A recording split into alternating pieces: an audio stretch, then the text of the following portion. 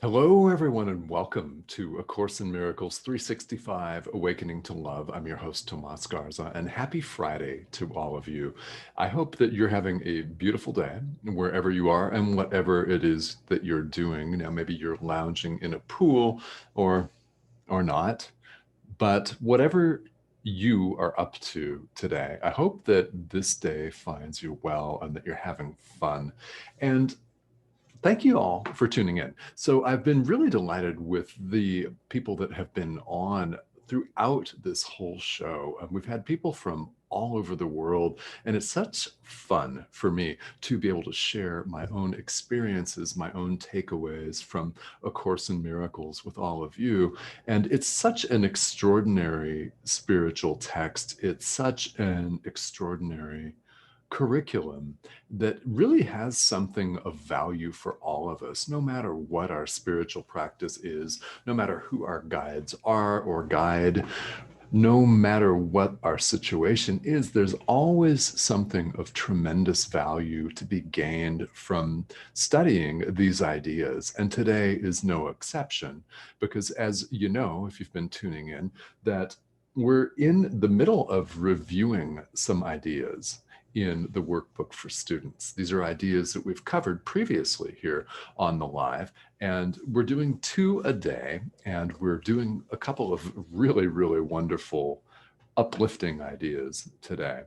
And then tomorrow on Saturday, we'll do a couple more, and then that will conclude a review period. So next week, when we return, we'll be returning to the usual pattern of 1 lesson a day. So as we review today, thank you so much for all of the comments, all of your questions, all of your likes, the hearts, the shares, all of that. We really do want to get the programming of Enlightened World Network out to as many people as we possibly can. So thank you all for your participation. And frankly, from my point of view, I really thank you for your practice. That's the best offering we can always make in spirituality, isn't it?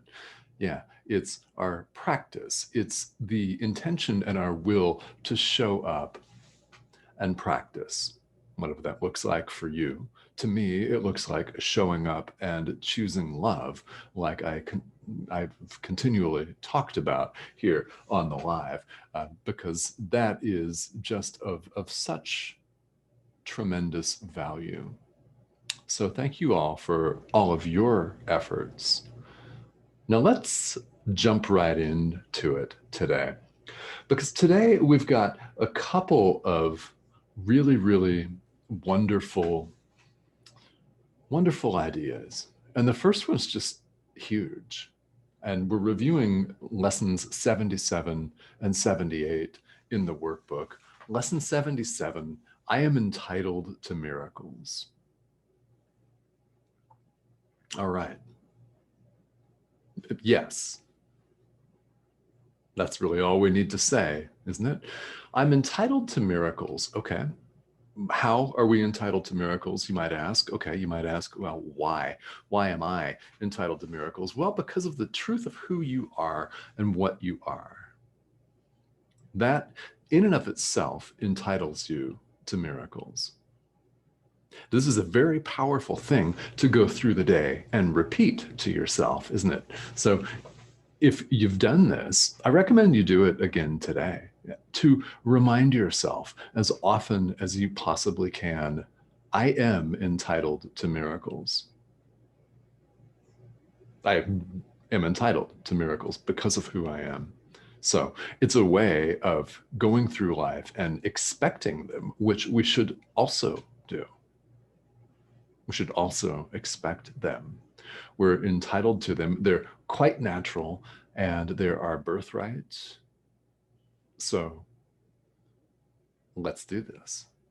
Okay, so you may be asking a question to yourself, what exactly am I talking about? What's a miracle? Well, in A Course in Miracles, a miracle is defined a little differently than in common parlance. Now, we look at miracles and we think of people levitating. Maybe, for example, we look at something that we would consider a 5D or a metaphysical experience, something that is not dependent on the physical body yet is still taking place. Yeah, we might look at that as a miracle. We might look at levitating objects with our thought, with our hands, as not using them as in to lift a cell phone like this, but lifting it with thought, kind of like Luke Skywalker, Jedi Knights, the Force, that sort of thing. That's what people think of as miracles in the ordinary world, but A Course in Miracles defines it very differently and a lot more expansively than that. Not like those are not miracles, but a miracle is any time any one of us experiences a shift in our thought patterns, a shift in our behavior from fear to love. Any time we choose love, because we always have a choice of love or fear. So literally any time we choose love over fear, that is, by definition, a miracle. So it's said throughout the Course that miracles are just like one another. There is no order of difficulty in them. One is just like another. That means that something that may seem very, very small to you, maybe something that seems very insignificant, in fact, is no less miraculous than a monumental feat of moving mountains. Okay, it's the same. It is monumental, and because of who you are, the truth of who we all are, we are, in fact, entitled to miracles. It is more than okay to expect them. Now, we defeat ourselves all the time in the world, don't we? In our lives, we feel less than, we feel unworthy. And so many people may feel unworthy of miracles. It's common enough to feel like you don't deserve it. Well, why? Let's think about why we allow ourselves to feel this way. And when we inquire into the experience of this, we realize that we've been following the wrong guides. We've been following the ego that is confused and keeps us separate. It keeps us from having the experience of love, of unity, the truth of who we really are. So we are running around in our own way all the time, and it is a miracle to choose love. It helps us get out of our own way, and we all most definitely do deserve it, no matter how undeserving we may feel at the moment. So what I aim to do with this is to have you take heart. Yeah. Take heart in the fact that you are entitled to miracles. So please expect them and do them, right? It's a choice. It's a decision that we make moment to moment, love instead of fear. Every time we do that, that's a miracle. And you are, in fact, a miracle worker. Does that feel good? I hope it does. I hope it does. This is true. Okay. You are a miracle worker. So it's up to all of us to own that and step into it, isn't it? That was a yes. Yeah. Yes, it is. All right. So that's lesson 77.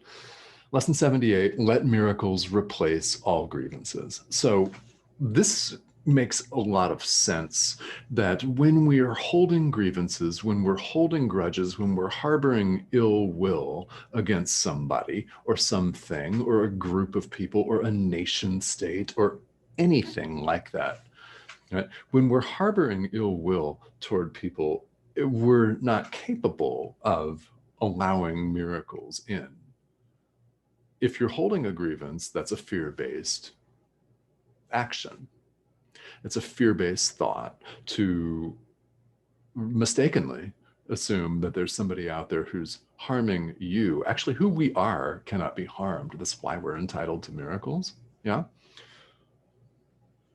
Who we really are is not dependent on any external circumstances, causes, or conditions. This is nothing external out there. It's all love. And if you want to think about it in terms of God, then definitely use the term God. In A Course in Miracles, we do. And you'll hear people say, God is, a period.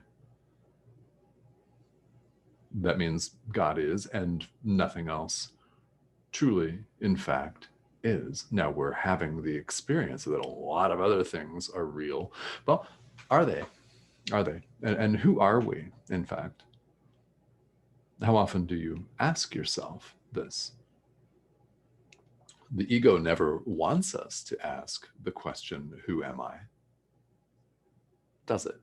Because it wants you to assume that you're a body, that it wants me to assume that I'm a body, a male, a man, right? A thing running around called Tomas that's living in Phoenix, Arizona, where it's 100 degrees Fahrenheit. So 37 degrees and change Celsius. It's May 14th, and the pool is waiting for me, and it's sunny, and it's only going to get hotter. Yeah.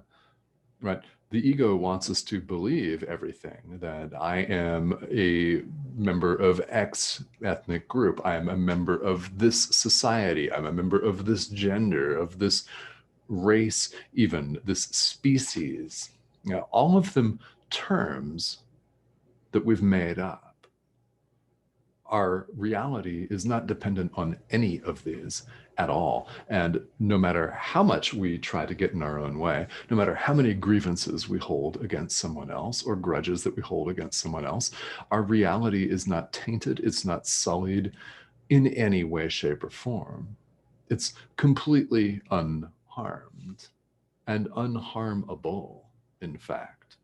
So, won't you do yourself a great kindness today? I invite you to do yourselves a great kindness today and let miracles replace all grievances. Let grievances go. Replace them instead with love, with real power. In other words, the power of God, the power of pure love. You'll find the more you do this, the more you're able to do this, that you will notice your grievances growing fewer and fewer, and the ones that you do still hold will stand out more and more and come up more and more for release. Rather than being overwhelmed with them, you'll feel lighter and better able to deal with them when they do arise. And when they do arise, they are coming up for release so that you can let them go. You can flip the light on, and the grievances will not be there anymore. So definitely, yes, let miracles replace all grievances. So those are the two very powerful ideas from the workbook for students for today. And if you have particular questions about this or anything related to A Course in Miracles, I invite you, as always, to please reach out to me. And thank you all for tuning in here today. I'm going to look and see who's joining me live. Lisa, hello, how are you? Thanks for tuning in. And I'd love to hear from you. So if you have specific questions, comments, definitely please leave them here in the comment thread, because I do check them from time to time every day. Now, where we're going tomorrow is we're going to do one more review lesson tomorrow, the two more review ideas, and then we'll embark in a period of time where it's one idea a day. Now, these ideas are all very short, like today's ideas. Right? I'm entitled to miracles. Let miracles replace all grievances. All of these are short thoughts that can be repeated they can be practiced. And as you've seen, the workbook for students gives suggestions for how you incorporate this and integrate this day's idea into your life. And we do that through practice. I mean, it's like a meditation practice. In fact, that's really what it is. So every day we have the opportunity to do this. And even if the only thing that you find yourself doing is reciting the day's idea, that in and of itself is of tremendous value on purpose, right? This is purposefully designed to have very direct, poignant, and simple, really simple impact in your life. Because we find the more we go along that spirituality, in fact, is not complicated.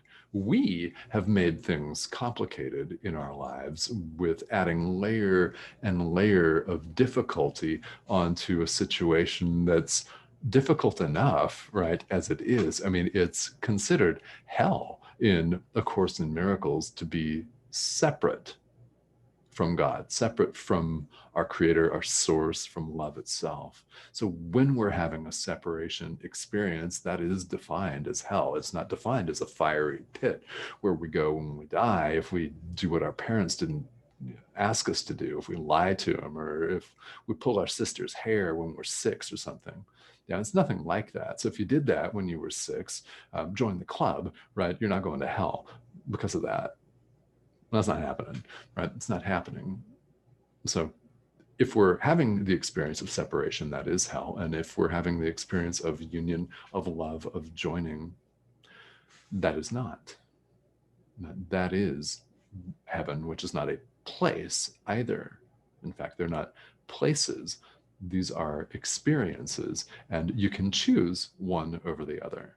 Isn't that beautiful that we have the free will? We've never lost our free will, our ability to choose love.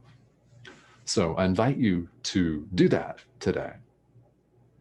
In whatever way that looks for you, however that actually takes form.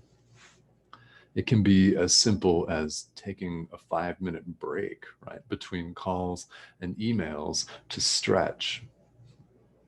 That's an act of love. Smiling at somebody, that's an act of love. Giving thanks for the trees, for flowers, for your own health, right? Gratitude is an act of love. So many, there's so many. And each and every one of us knows internally what that is. We've never lost it. It's who we are. So thank you all for tuning in here today. This is a daily live stream, so I will see you back here tomorrow. Have a great rest of your day, and we'll see you all very, very soon.